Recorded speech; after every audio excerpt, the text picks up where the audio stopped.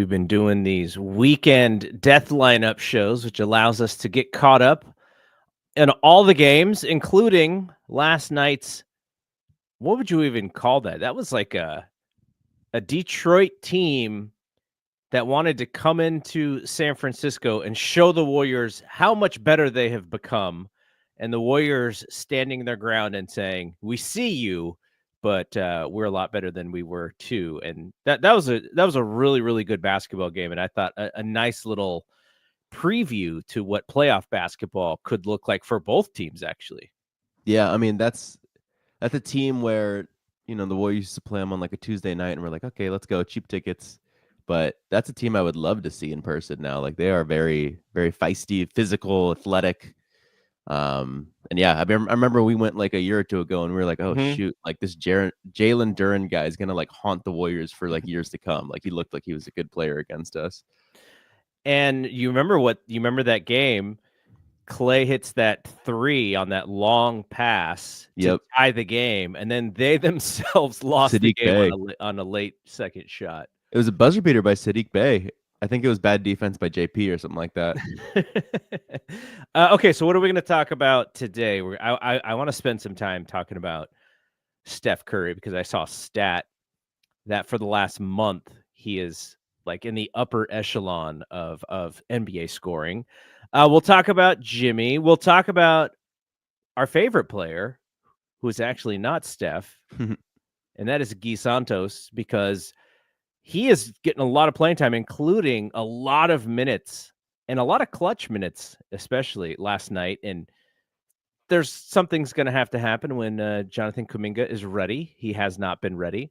And then when we do our Valks Valley segment, we'll talk about the shakeup in these conference tournaments and sort of seeding as far as March Madness is coming, because next weekend is when the brackets come out for the tournament. So that is coming sooner than I realized, and I'm super excited because it's the best time for college basketball, both men's and women's, but I haven't really paid too much attention to the men's side. But the women's side has been a lot of fun to pay attention to. So let's talk. Oh, and then I'm saying this right now because you probably forgot that I mentioned this last week. Our very first What's Brian Watching segment to end the show. All right, let's talk some Warriors basketball. Warriors! Okay. For those watching on video, by the way, you can see how this spring forward has affected, especially me. I'm wearing glasses this morning. Didn't even throw on the contacts because my eyes hurt from the lack of sleep. So good. I have my coffee. I'm ready to go. But let's talk about Steph Curry, because I believe the stat that I saw was since Friday, not Friday, since February the 8th. So today is March the 9th. He is second in scoring in the NBA, just to Shea.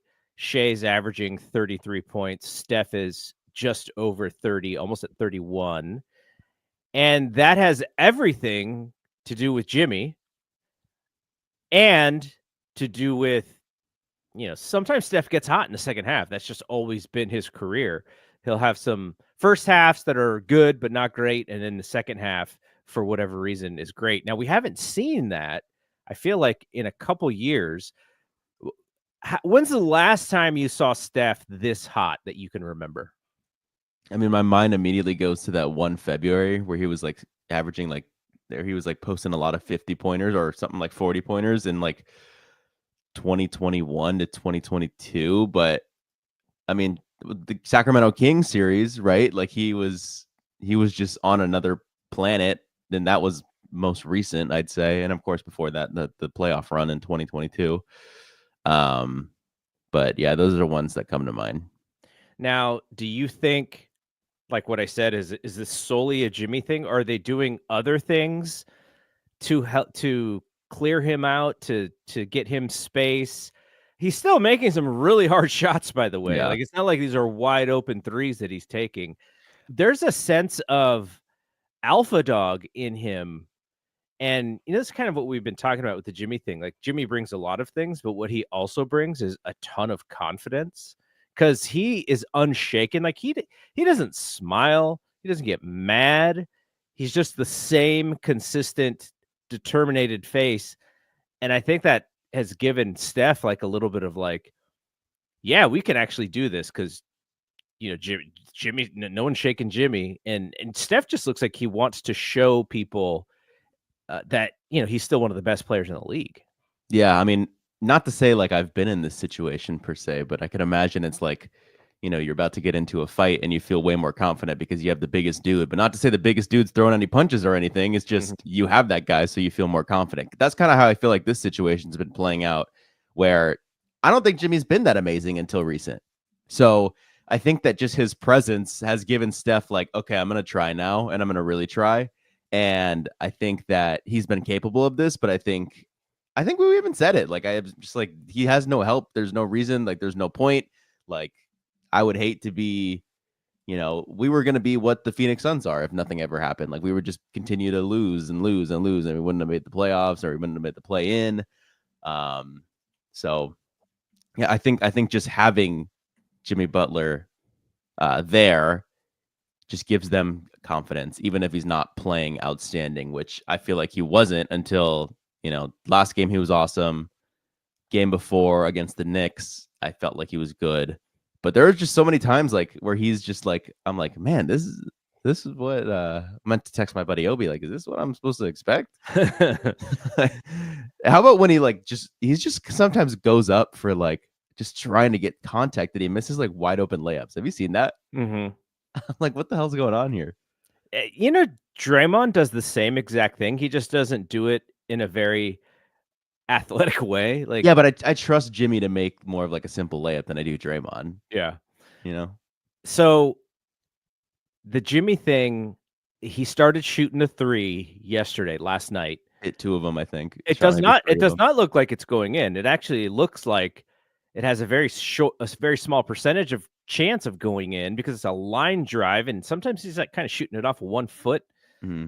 But that started to go in, which was great to see. He's still not rushing anything. He's not searching. He's not hunting for his shot, even when they need him in opportunities to hunt for his shot. What he's doing is actually pretty interesting. He'll get to a spot on the court where he uses his own gravity. Now, his gravity is different from Steph's. Steph's is all around the perimeter near the 3-point line and drawing people out so that he could find people closer to the basket. Jimmy's the opposite. Jimmy draws people into the middle, and he's waiting to see who is going to leave their man at the last second. And we see a lot of Moses Moody threes come from that. We see, unfortunately, sometimes some Draymond threes come from that, though Draymond Mm-hmm. the biggest one yesterday. And this is what's I know a lot there's been a lot of negative Draymond noise of late. His lack of compassion for Carl Anthony Towns on his podcast, which has become just the new barbershop talk, him and Baron Davis, just shooting the stuff, which is totally fine. Like those guys are entertaining guys. But then when it's an opportunity for Draymond to just say, my bad guys, I got the cat story wrong, Mm-hmm. he has to defend himself for Yeah. basically saying that Cat was scared to play against Jimmy when Cat was dealing with a friend who had passed away. So Draymond can miss 5 in a row and they look really bad, and then late in the game he's taking it with confidence, which is why he's the player who he is he just believes in himself. Now, sometimes he'll get the tight butt cheeks and pass out of open shots, but it's usually not in those clutch moments when he knows that the team needs him. And of course, he celebrates. He's got the best 3-point celebration maybe of all time because he's just like, of course I was going to make that. What do you think I was going to miss that shot? So Jimmy's gravity and the way that he uses it on this team, I kind of wonder if in the playoffs, because you were talking about him kind of hunting for the foul, I wonder if we're going to see more of that in the playoffs rather than him, kicking out for these last second shots because of the fact that the Warriors got to the free throw line over 30 times yesterday. And if you look at the first half of the season, how many times did they get to the free throw line? 30 times. It had to be, you had to count it on like 3 fingers or something. So Hmm. just that mentality as well. Very physical game. I wonder if Guy Santos is going to get fined for saying that the referees were not calling fouls on the other team and only on the Warriors. Hiki Santos said that. He said it in a very in a sort of a nice way, I guess you could say it. He's basically said that the game was very physical. The referees let them be physical, and they didn't let us be physical. I, he wasn't mad. He I wasn't love like that guy. blaming them for anything. But the way that it comes out in text, in on I'm sure some And English is not his first language. right. I think so as well. But yeah, like what is the ceiling for this team? Like, they're right now they're in the 6, but they're it's a tight, it's a tight area around that 6 seed. But if you look at, the teams above them, Sorry. the Rockets are 3 games ahead of them, but the Rockets have been playing 500 basketball while the Warriors have been playing 900 basketball. The Grizzlies are 3.5 games ahead of them, and the Grizzlies have only won 3 out of their last 10. The Lakers and the Nuggets are probably too far ahead of Yeah, them to 2 and even 3 is locked. think about it. Though, with LeBron hurt for the next 1 to 2 True. weeks, I forgot about it's gonna be the Luka show, and I think they're gonna be fine with the Luka show. They may not win, at the clip that they've been winning, but it actually it may not be a bad thing for them, I agree. because it gives LeBron the rest as long as he's gets fully healthy, and then it gives Luka the opportunity to, kind of show how he may have to win some games with LeBron not being 100%, and he, Mhm. as long as he's healthy as well. So that's an interesting thing. But could the Warriors get to where the Grizzlies are? Is an interesting question at 3.5 games behind.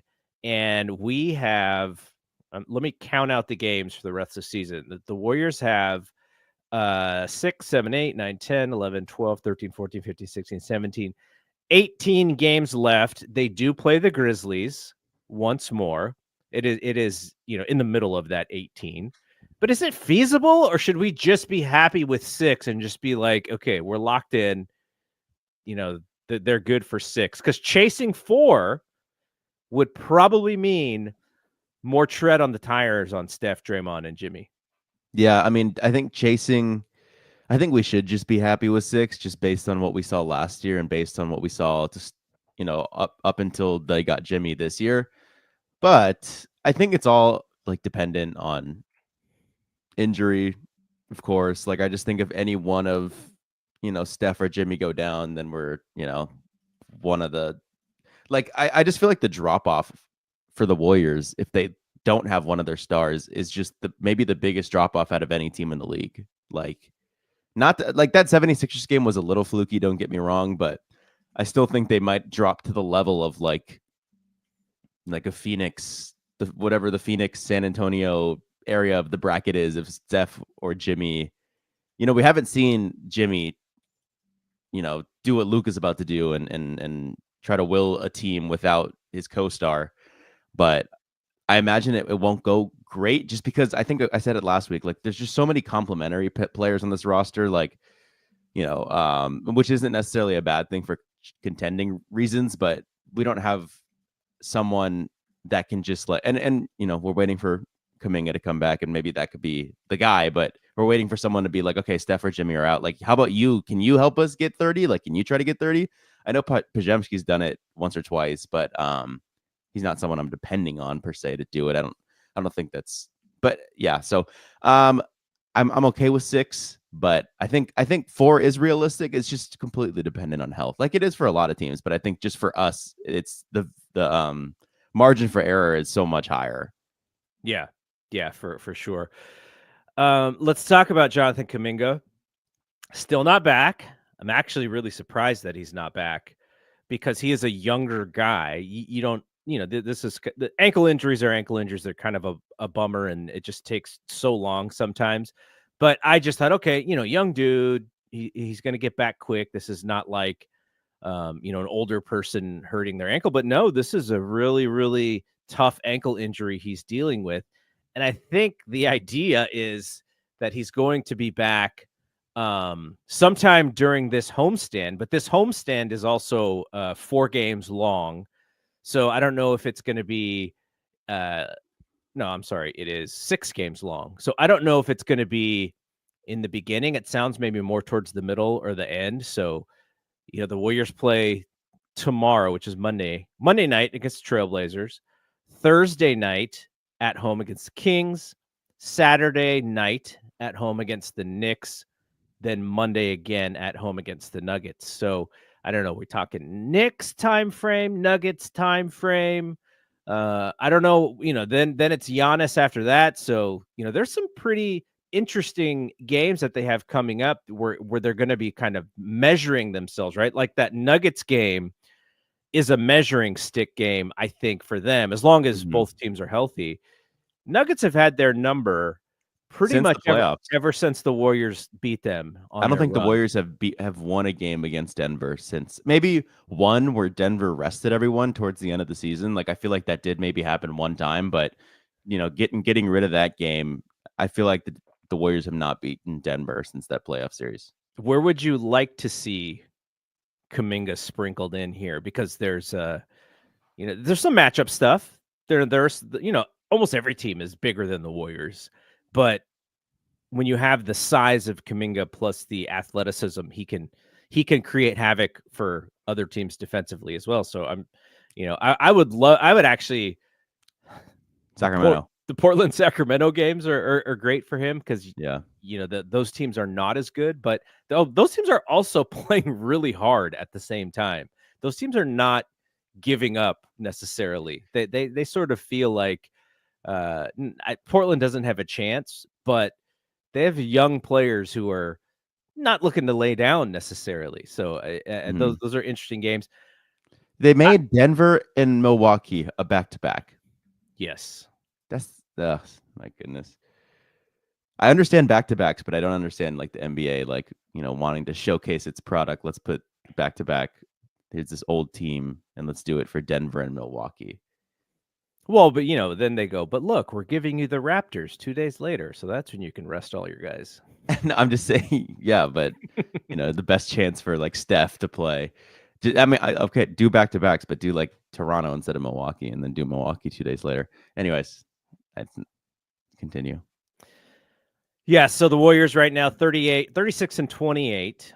The Timberwolves 36 and 29. The Clippers 34 and 29. The Kings 33 and 29. So the Kings are looking at the Warriors, sort of how I was saying the Warriors might be looking at the Grizzlies.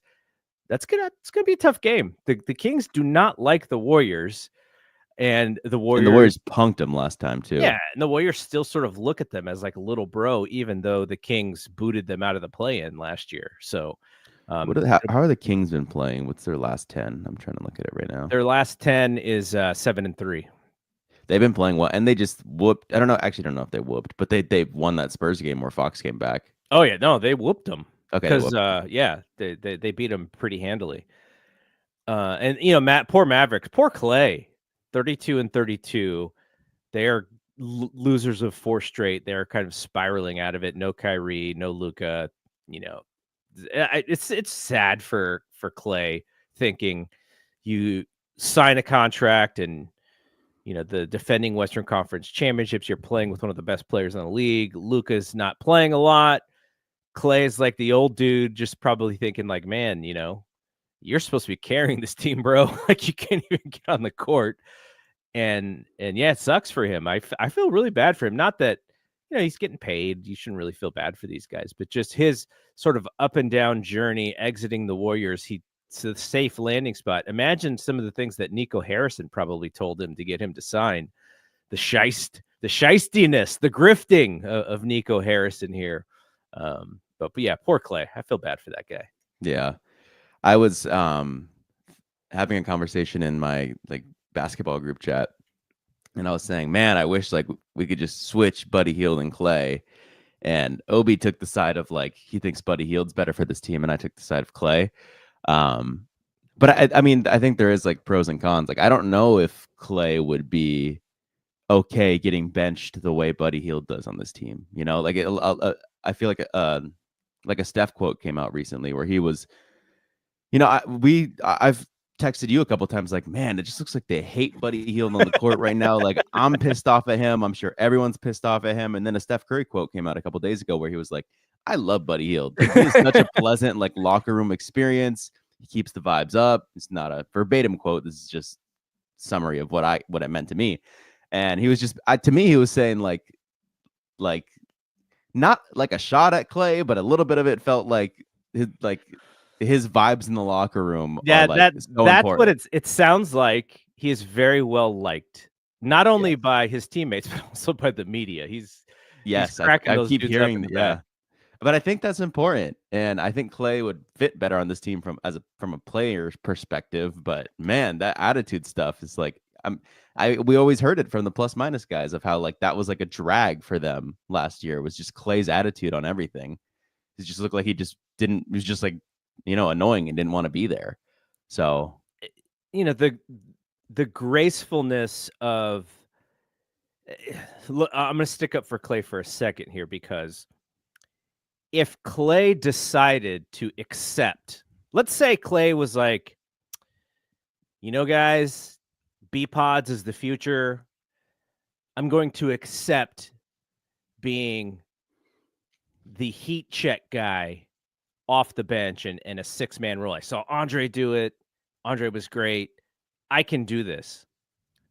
You know what his agent is telling him? STFU, because you've now just killed your market value compared to what a starting two guard makes. do you think a guy in Clay's position or his agent that care that much about it at this point in his career? Like, Well, he's probably what got did the one Warriors contract. offer him? I don't know what the offer was. Oh, it was a slap in the face based on, how I think that set the tone for the whole season, right? Was he felt that the contract was a bit of a slap in the face for what he has done. And Joe Lacob thought of it as like, dude, like we paid you to not play because you got hurt. Like 2 years. So we have the leverage here.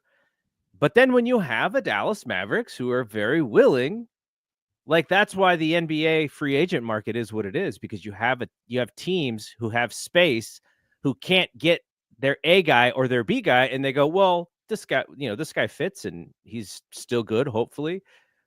And so then they signed him. I just I don't know. No, go ahead. I was gonna say I know things didn't pan out for Dallas, but I think he was right to take that offer. Like, I think he's been awesome this year. He's been his numbers are good. Like, looks like he was having a good time prior to everything happening. Like, just a little bit of an unfortunate situation for him based on he went there with expectations and he's probably like, what the hell happened? Just like every Dallas Mavericks fan is, just like every Dallas Mavericks player probably feels right now too. But with Clay, it's kind of like, I don't know if you've ever seen the Squidward meme where he's like, Squidward's like sad inside of his little house, and SpongeBob and Patrick are like laughing and running along. That's just him and the Warriors right now.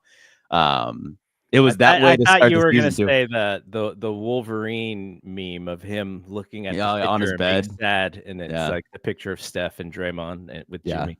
That one works too. But yeah, no, and I would love for Clay to be on this team, but it would be like, you say like just accept like being the heat check guy, but to him again, he's probably like, look, I'm not the heat check guy. I'm a starter at Dallas, and No, but that's what I'm saying well. is if he would have accepted that role, and he would have been comfortable in his heart that that's who he was now, I don't think he would have been all that frustrated.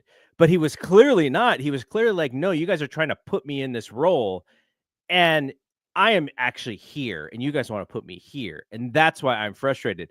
The Kobe in me tells me not to accept this, right? I'm just saying, I think he was right to not accept it. For this team, I think that's what he needs to be, but I think he's shown that if he goes to a team where it's a very heliocentric style of offense and he just could catch and shoot, he's a starter. I think Orlando's probably punching themselves right now for paying KCP what they paid him and not giving that money to Clay. Like, that's a clear fit. Lakers would have been a clear fit. Although I think if the Lakers ended up getting Luka, it's not Max Christie that's in the deal with AD. It's probably Clay. So he would have been in the same position anyways.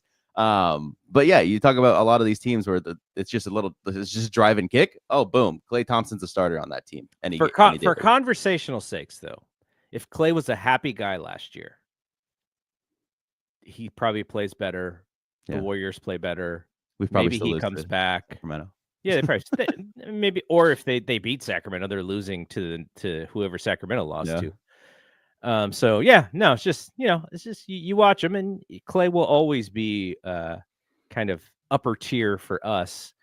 Just like Andre got his number retired.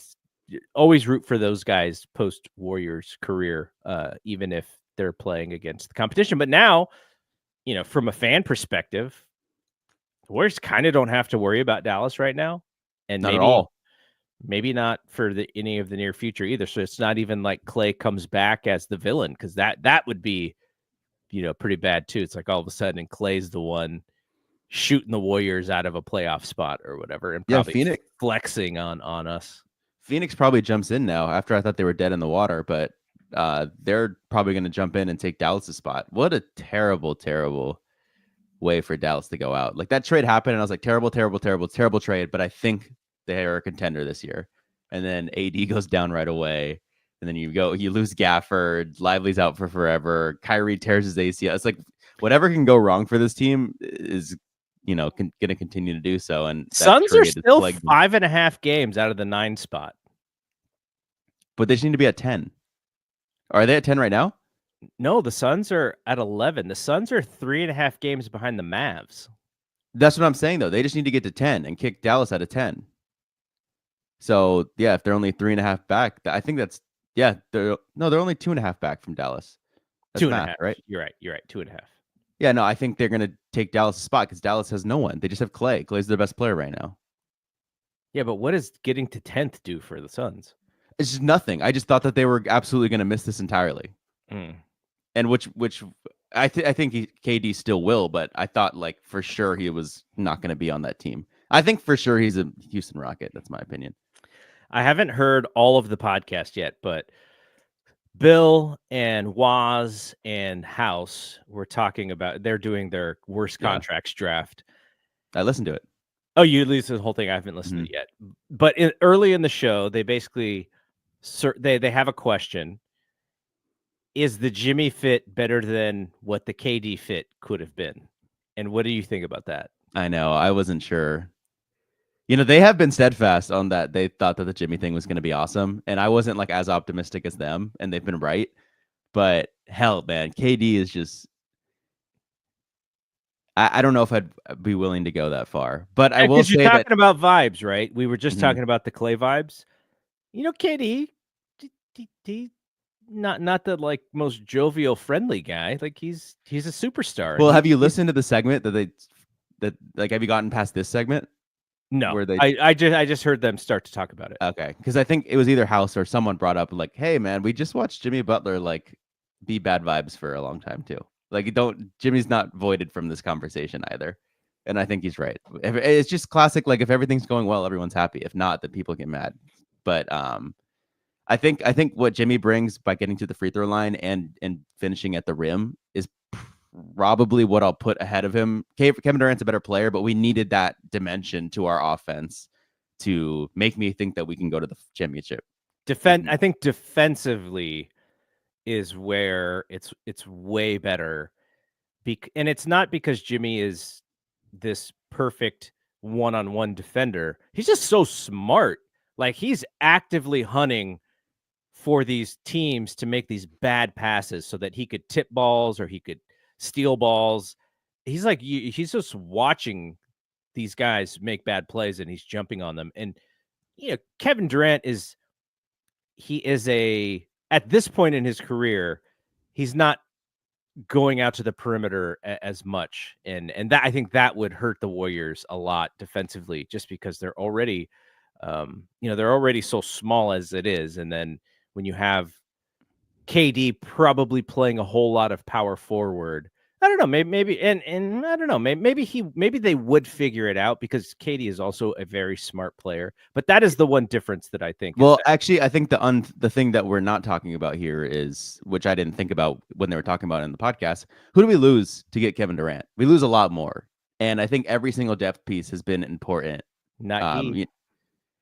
We don't lose Gee, You don't right? lose Gee. You probably lose GP. You lose Moody.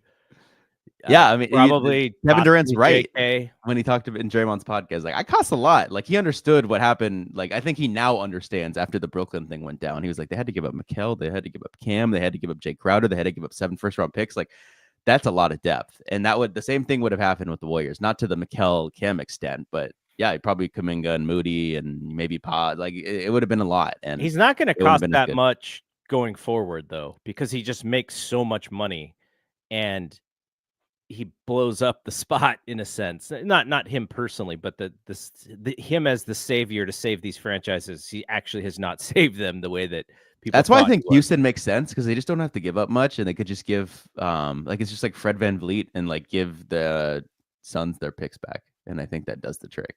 Maybe Cam Whitmore for one young player. Fred VanVleet. I was so excited to see him come back for my fantasy team. I think he played one game. He hasn't played since. Oh, oh man, have you seen my fantasy team? I'm so sad about my fantasy team. This is the best week they've had all year, and it was for me to make the playoffs. And now Jalen Brunson's out for 2 weeks, so I'm just going in just to come right back out. How did the playoffs work in our fantasy league? Is it just 1 week? I'm sure it's just a 1 week. We'll see. Yeah, I'm learning just as everyone else is, but yeah, I think it's just a 1 week. Yeah. All right, let's talk about. Actually, I wanted to quickly mention. What did you think about Steve Kerr talking about Guy Santos? Man, we are justified in our beliefs. Like, we've been talking about Guy, like, just kind of casually, like in a joking way, but also like kind of not in a joking way, just because we saw what he did at his very first game as a Warrior at the California Classic, where he drops 30 points. And we were like, wait, what the hell? I remember taking a picture with him on my phone on Snapchat and typing in future All-Star and sending it to my phone. But man, that guy's completely changed his game and knows how to, like, I hope he's a Warrior for life. Like, I think he's also one of those players where he plays super hard, but he also helps the Warriors probably more than he does most other teams. Yeah. But you know what else he helps? He helps the smile on Steve Kerr's face, and also when they break down the game, he helps them go, see, this is what we have to do more of, and it's just Guy diving on the floor. and then a bunch of other guys just rolling their eyes at Guy for diving on the floor. Oh, they love it. So let me see if I can find the quote, because Warriors Twitter kind of went bonkers on it because they're like, of course Steve is going to say this because Joe Lacob is just going to be really mad at him for saying this. Gosh, where is it? It was basically a question that was asked of like, how is Jonathan Kuminga like gonna come back? And he was like, Guy Santos has to play. Oh yeah. So he says, the challenge of bringing JK back into the rotation when healthy. The idea is to bring him along slowly, play him in short bursts. But we've got to keep playing Guy Santos. We've got to keep playing the guys who are helping us win right now. You know who I don't need to see play again? Pat Spencer. He seems like a nice guy, but he is the least confident point guard with the basketball that I've ever seen in my life. Not that good. He's not. He tries, though. What about Dennis Schroeder having a great game against us? Oh, you knew that was going to happen. Yeah. I think, there is something to some of these guys coming over and learning how to play with Steph. Like, I feel like if Schroeder had stayed for the rest of the season and then played into next year, he would have figured it out. His game is so different, though. It's long and herky-jerky and slow, and everything the Warriors do is motion, motion, motion, motion. So he's just an ill fit. I mean, you remember the quote where Draymond's like, no, we got to fit around him. He doesn't have to fit around us. He always says that. It almost never works. Yeah. Eventually, they have to. Company guy. Yeah, eventually, what happens is the players have to figure out how to play around Steph.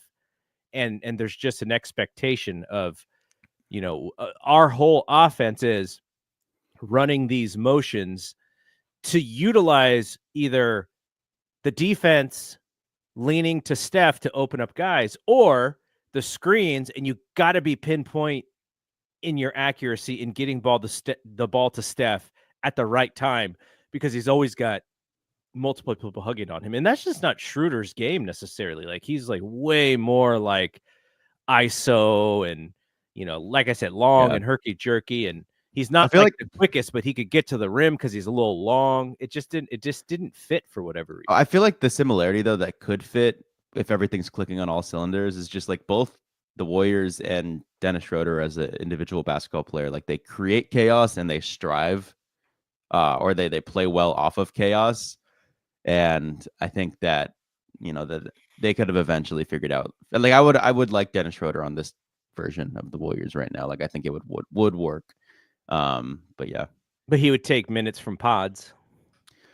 Yeah, I mean, again, I think it's another GP thing. Like, take minutes from I don't GP know, man. becomes situational. I see guys scoring the ball, and all of a sudden it's like, oh, GP's in the game, guarding him full court. That's situational, man. But you can't leave him out of those scenarios though, because it looks like Steph really. It's almost like a relief for Steph when GP's on the court because he's like, okay, good. I don't have to I don't have to play so hard on defense because GP's like gonna help. All right. What we Let's should do is though, I have one more take before we move on from the Warriors. It's just yeah. like, um, I still think Moses Moody's been great. Don't want to take anything away from him. I still think that we haven't really played many like guards that are like just really quick, really fast. Like, that one Mavericks game where Kyrie goes for 40 or whatever he went for. Then the following game against Damian Lillard where he went for whatever. Like, we haven't really ran into point guards of that caliber. I feel like, we had Jalen Brunson. I thought Moody did a pretty good job, but Jalen Brunson kind of plays like a SGA or like a Luka. Like, it's not all super fast. It's like, intentional movements and a little like they lull you. But we haven't played like, De'Aaron Fox is on the Spurs. The Spurs aren't going to cause us any trouble, but like a player like De'Aaron who's super fast, or like a Ja Morant, or like I'm looking like, because Cade's not like that at all. But I'm trying to look like Trae Young. Trae Young, I think, still gives this team a lot of problems, but Atlanta as a team probably doesn't. But I think it's working in the sense of like Moses has done really well. Pods is becoming point of attack. I think I'm still a little worried about those types of point guards though. However, I feel like there's kind of not as many of them as I thought, or maybe not as many of them remaining on the schedule left as I thought. Just teams with that type of point guard that can give the Warriors a lot of problems because they're just really fast and really quick. And Moses just laterally isn't quick enough to keep up with that player. Pods is just not good enough of a defender to keep up with that player. And that's where I thought the issue could arise. But yeah, there's just not as many left as I was expecting. But yeah, I think Ja Morant's still one of them. I think Trae Young's still one of them. And I think Kyrie, of course, but we don't have to worry about Kyrie anymore. Dame Lillard's still one of them. But yeah, that's my take. All right, let's talk about some women's college hoops. Valks Valley. Now, our coverage of women's college hoop is always with an eye to the draft, though Yep. women's college hoop in of itself, just if you are a college basketball fan, there are like our favorite, The Athletic women's basketball podcast. They did a show, I don't know, like last week or something about who are the teams who could actually win the thing. Mm-hmm. I feel like there's more teams that could actually win this thing if they get on a big enough heater. You're seeing, the collapse of Notre Dame. Is USC and UCLA playing again? Yep. Today? Yep. Oh my gosh. UCLA really needs to win that game. Yeah, I don't think they will, but yeah, they do. USC has looked a little shaky in this tournament so far, but I think that they're for some reason just UCLA's counter. Like, I don't know, like I have a lot of Kings friends, so I hear about it a lot, but the Kings for whatever reason just never beat New Orleans, and it's like, well, now I think it's time that they'll beat, but they just are never able to do it. And I feel like that could be the case here, where UCLA, just no matter how good they are, they're better than USC against every other team, but for some reason against USC, they will lose every single game. That's my take. I think they will lose. So what did all of the action tell you about kind of where we're going with some of the teams? Baylor is winning, and TCU is like, there are some teams that I haven't really been paying attention to, but come tournament, the tournament is an interesting way to kind of preview the big tournament, because tournament style basketball is really about locking in, and these teams are locking in early.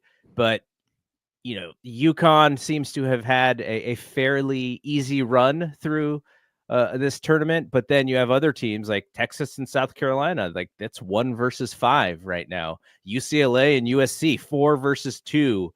These are for tournament champions. Where are you with, like, do you want to? Are you learning things about these teams who have to go through a lot of stuff in this tournament, or are you like, the easier run with UConn is it'll keep them fresh for like the main tournament? Where are you with this stuff? I think that you're right to start like where there is a lot of teams that I think that's just made it more clear to me that there are just a lot of teams that can win the championship. There's no Iowa from last year. There's no South Carolina from last year. There's no LSU from the year before. Like, there's all these teams that I think have a shot. Of course, matchup dependent and health wise matter, but I mean, Texas was the 1 seed by the Associated Press's rankings, and they almost just lost to LSU without Flau'jae Johnson and without Anissa Morrow, who went down in the third quarter. That's 2 of the 3 best players, and it was actually a tight game. So I just feel like it could be anybody's night, and I think there's probably like 7 teams that you could tell me, like, do they have a shot? And I could probably say yes. And I think TCU could be one of them. Okay, let me name the teams here, and let's see if we have a list like when I'm going to go through the top 7 or the top 10 in the AP, and you tell me when it stops to where there's a team that you don't think actually has a chance to win the title. So Texas, USC, UConn, UCLA. That's your top 4 right now. Yep. South Carolina. Yes. Notre Dame. Yep. North Carolina State. NC State. Yes. TCU. Yes. LSU. Health dependent, yes. And then there's a bit of a drop off. Oklahoma. No. Okay, so it's there. That's where we stop. So it's 9. That's 9. But I think even Maryland could. Maryland's at 15. They've just dealt with injuries. I think even Cheyenne Zellers, who I want the Valkyries to select if there are other people I don't want to select, isn't available. She's been someone who I just watched their tournament game. I want to say who they play. They played Michigan, and I was like, I hadn't checked because I'm not watching every single game for every single one of these teams. I'm just trying to watch like the one on paper that like looks like it's going to be good. But yeah, Cheyenne played like it felt like 5 minutes. I'm like, is there just some health injury? There's just some injury I don't know about, which I think is the case. But if they were healthy, they lost a top scorer for them earlier in the year with ACL. But I think even if Cheyenne's fully healthy, I think they even have a potential shot, but I just don't know where their health status is. And then Duke jumped 5 spots in the most recent poll. Kentucky jumped 3 spots in the most recent poll. Duke's probably going to jump again because they are in the championship game against NC State. They just beat, or am I thinking of a different team? I think they are in the championship game against NC State, which means I think they just beat Notre Dame.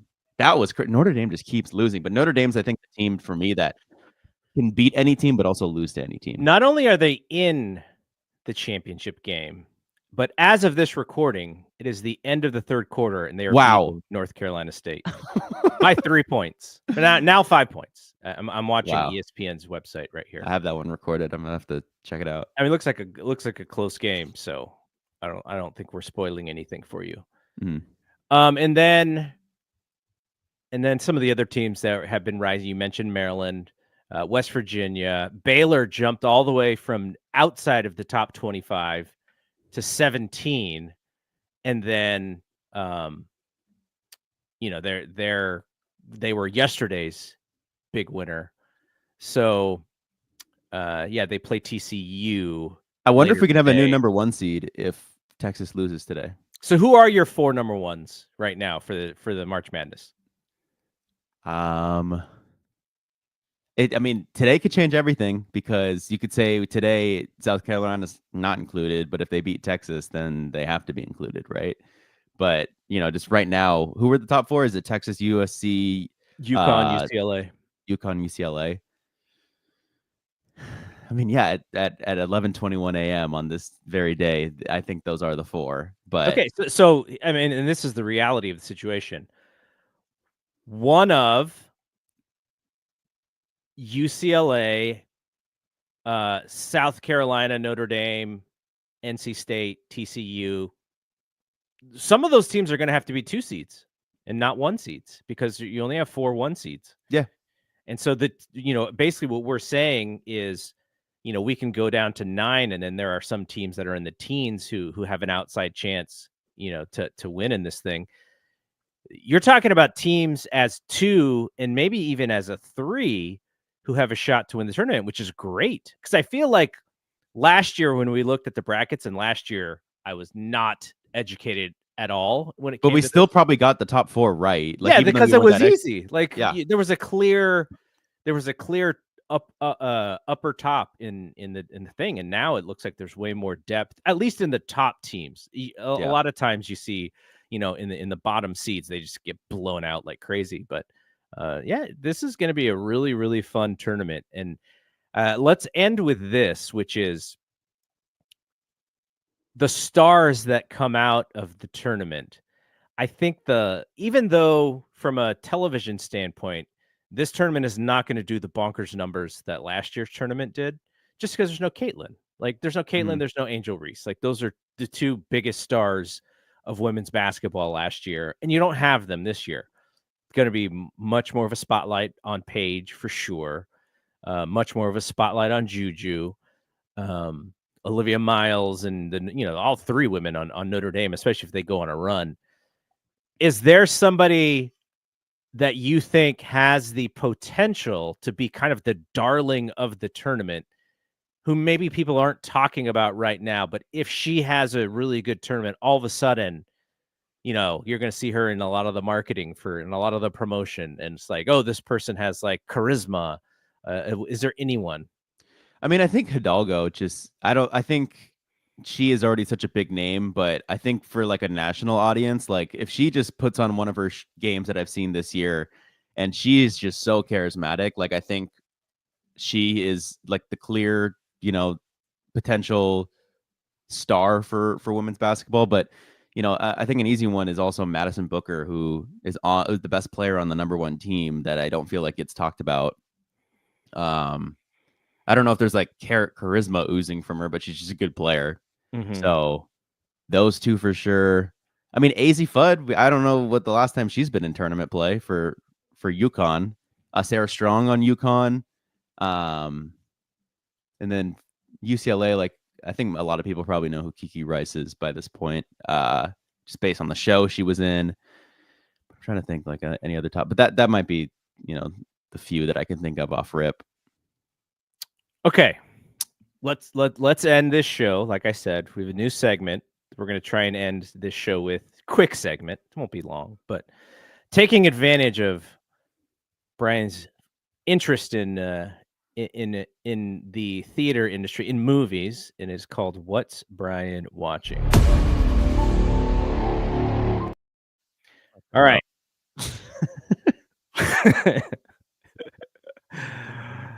Come on, that was good. That was good producing.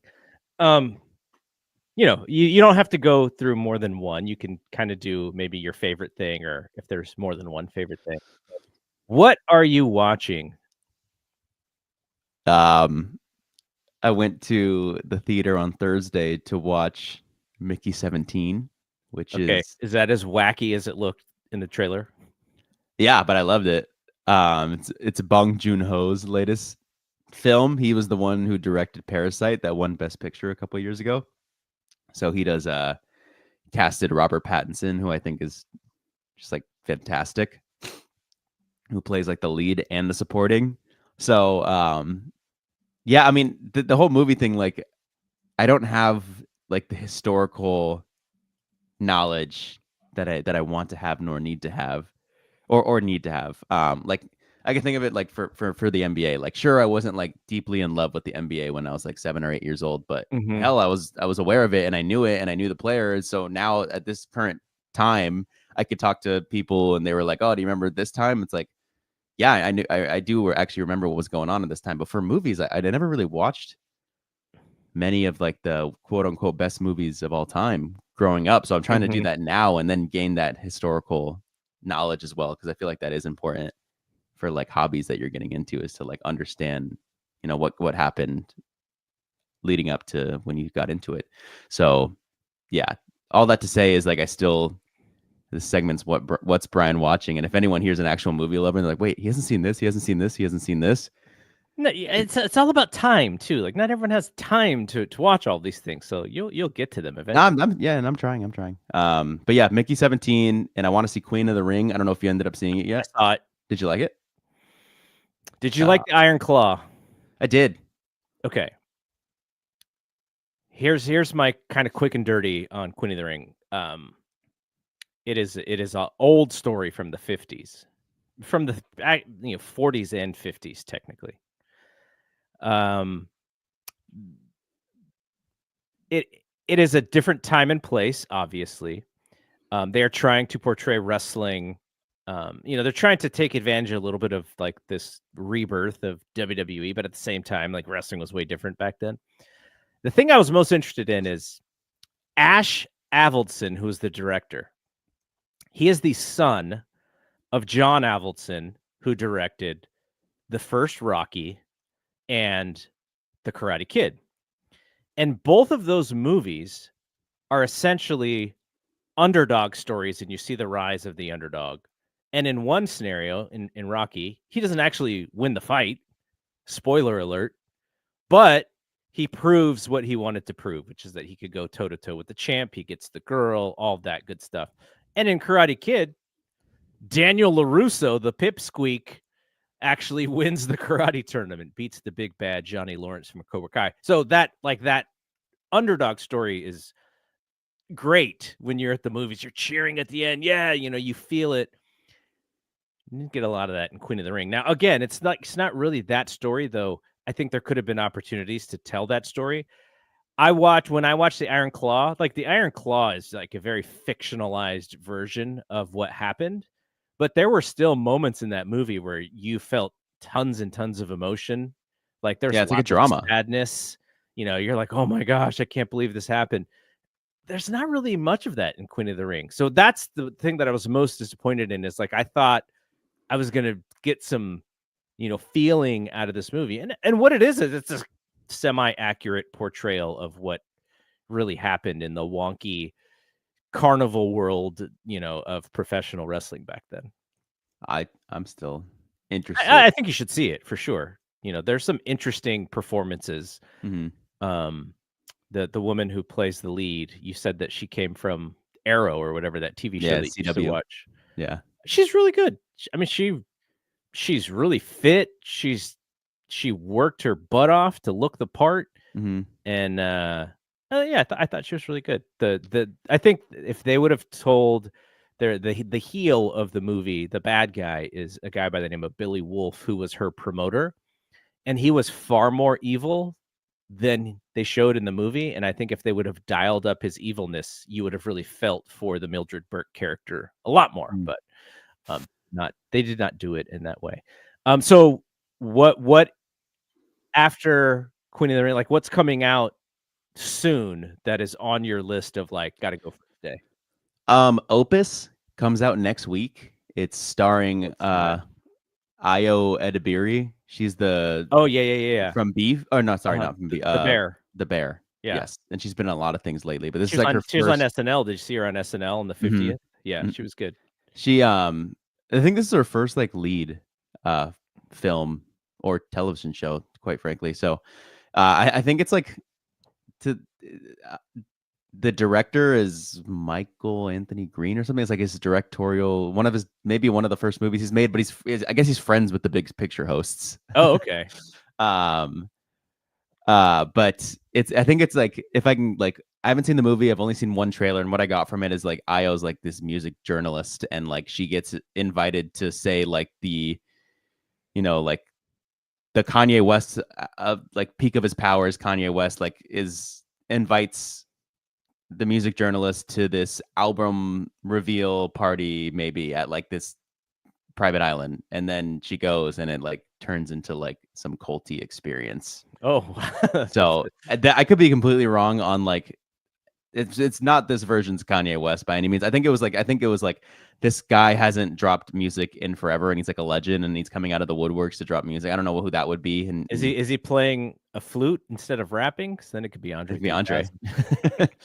But no, I'm interested in that one because I like Io and I think she's really talented. That's interesting. I'm gonna start taking advantage of I have a really good theater near. Do you have the? There's a AMC Sunnyvale, which is really nice. But they don't always have. It's not a really big theater. It's kind of a downtown like little. What's that one by the In-N-Out? By Great America. What's that one called? That's AMC as well, but that one's like huge, right? Yeah, that's a hike. Okay. 15-minute hike the other way, where this one is like Mercado. I think is 5 minutes away. Yeah. But I have this movie pass subscription that I never use. And the reason I haven't canceled it is because I have all these credits that I've never used that if I cancel it, I will lose. So I wanted to do this over the summer, which was just like go to the movies Saturday morning to see a matinee and just go through those credits so I could cancel the subscription. Yeah. But so I have to do that. And hopefully I'll be able to do that shortly because I liked going to see Queen. I saw Queen of the Ring Saturday morning matinee 10:10 showing. Sadly for Queen of the Ring, I was the only person in the theater. Nice. I would go see Mickey 17. I think just have like a fun time at the theater. Don't take it like too seriously.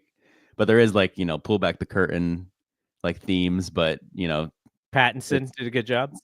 I think he's awesome. He's awesome. So interesting. But yeah, I think like A24 is coming out with like this movie called like The Death of the Unicorn or something that I'm interested in.